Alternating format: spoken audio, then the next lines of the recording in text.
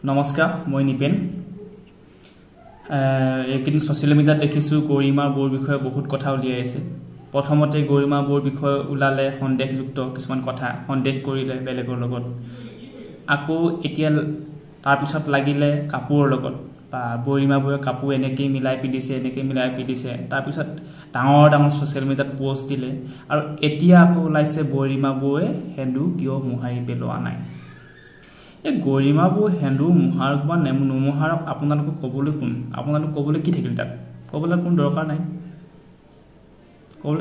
আপোনালোকৰ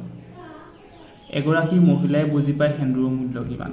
এজন স্বামী ঢুকাই যোৱাৰ পিছত হেন্দুকন মুহাৰি পেলোৱাটো কিমান কষ্ট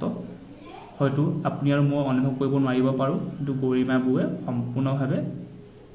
অনুভৱ কৰিছে এগৰাকী মহিলাৰ কাৰণে বিবাহিত মহিলাৰ কাৰণে হেন্দুকনৰ লগত বহুত আবেগ অনুভূতি জড়িত হৈ থাকে এগৰাকী মহিলাই যিদিনাই হেন্দু হিৰত লোৱা হয় সেইদিনাখিনি বিবাহপাশত আবদ্ধ হয় সেইদিনা প্ৰতিজ্ঞাবদ্ধ হয় তুমি অবিহনে মই জীয়াই থাকিব নোৱাৰো মই তোমাৰ অবিহনে জীয়াই থাকিব নোৱাৰো হেতু প্ৰতিজ্ঞাবদ্ধ লোৱা পিছতো যেতিয়া স্বামী যেতিয়া ঢুকাই যায় এগৰাকী পত্নীৰ কাৰণে ভাবিছা কিমান কষ্টকৰ হ'ব পাৰে হেন্দুকন মুহাই দিয়াটো সেইকাৰণে কৈছে আপোনালোকক বিনম্ৰ অনুৰোধ জনাইছো হেন্দুৰ লগত লাগি নাথাকিব আৰু জুবিন দাই জীয়াই থাকোতে এটা গান গাই থৈ গৈছে আপোনালোকে শুনিব গানটো শুনক মই মৰিলে শিৰৰ হেন্দু থাকিব কপাল খুৱাই নোহোৱা সহায় গানটো গাই থৈ গৈছে জুবিন দাই কৈ থৈ গৈছে মোৰ জাতি ধৰ্ম কোনো নাই মোৰ ভগৱান নাই বুলি কৈ থৈ গৈছে সেইটো কাৰণে অন্ধবিশ্বাস কৰিব নালাগে আপোনালোকে বিশ্বাস কৰক স্বামী ঢুকাই যোৱাৰ পিছতো হেন্দু ল'ব পাৰে যদি মহিলাগৰাকীয়ে যদি ভাবে লওঁ বুলি আৰু আপোনালোকে এটা কথা ভাবি চাওক মহিলাৰ কাৰণে ঢেৰ আছে নীতি নিয়ম এজন স্বামী ঢুকাই যোৱাৰ পিছত হেন্দু মুহাৰিব লাগিব বগা সাজ পাপি ধৰিলে এই অগৰম বগম ঢেৰ নীতি নিয়ম আছে কিন্তু মই পুৰুষ হিচাপে কৈছোঁ পুৰুষৰ কি নিয়ম আছে কওকচোন আপোনালোকে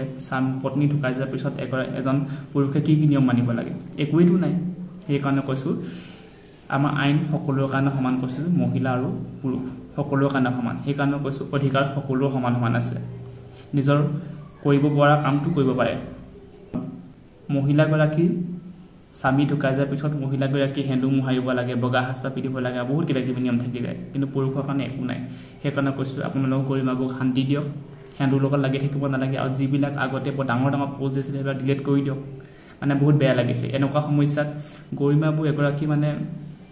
জুবিন দা যেনেকুৱা অন্তৰ আত্মাৰ পৰা সকলোক ভাল পায় বৌও ভাল পায় এতিয়া গৰিমা বৌয়ে লাহে লাহে উপলব্ধি কৰিছে কথাবিলাক প্ৰথমতে সিদ্ধাৰ্থৰ বিষয়ে এটা পোষ্ট দিছিলে কিন্তু এতিয়া লাহে লাহে উপলব্ধি কৰিছে সেইটো কাৰণে সকলো সিদ্ধান্ত ঠিক হ'ব সকলো ঠিক হৈ যাব আপোনালোকে খালি হেন্দুৰ লগত লাগি নাথাকিব বৌক শান্তি জীয়াই থাকিবলৈ দিয়ক আৰু আপোনালোকে জুবিন দাৰ আত্মা সৎগতিৰ বাবে আশীৰ্বাদ কৰক ধন্যবাদ